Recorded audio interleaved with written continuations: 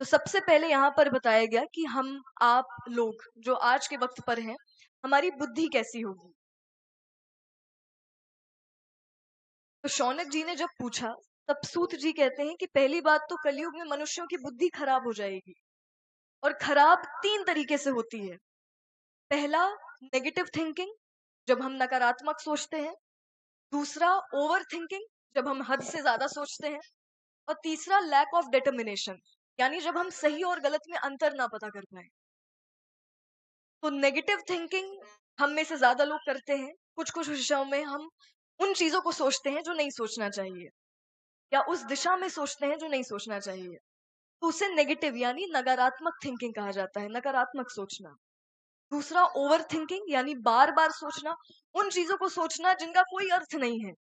कितनी बार हम भविष्य को लेकर सोचते रहते हैं, कल की घटनाएं कैसी होंगी, अच्छा होगा या वो कैसे बोलेगा, कैसे बात करेंगे लोग मुझसे।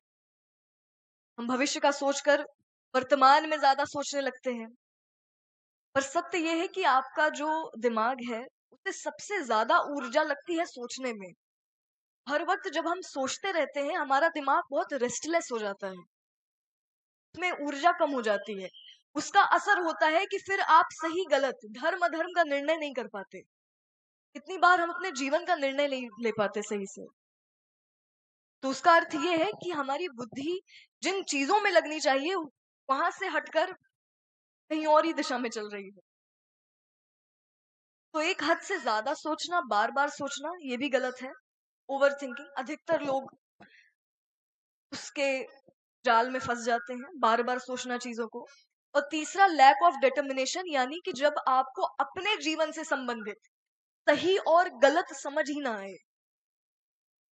हम अपने लिए कई बार गलत सोच लेते हैं, बाद में हमें लगता है कि नहीं, वो निर्णय गलत ले लिया खुद के लिए। इसीलिए अपने साथ हमेशा किसी समझदार व्यक्ति, जो आपको सही गलत समझा पाए, एक मेंटोर के रूप में रखना चाहिए। उन लोगों को जो सही और गलत में चुनाव नहीं कर पाते हैं। और अधिकतर हम जब सीखने की उम्र होती है, तब निर्णय लेने में हमसे गलतियां होती हैं। पर जब आप अपने भविष्य को, अपने करियर वाइज कुछ डिसाइड कर रहे हो, कुछ सोच रहे हो, बहुत सोच समझ कर निर्णय लीजिए। और खासकर तब जब आपके अकेले के निर्णय से कई लोगों को प्रभाव पड़ना है, भारी संख्या में लोगों को प्रभाव पड़ना है।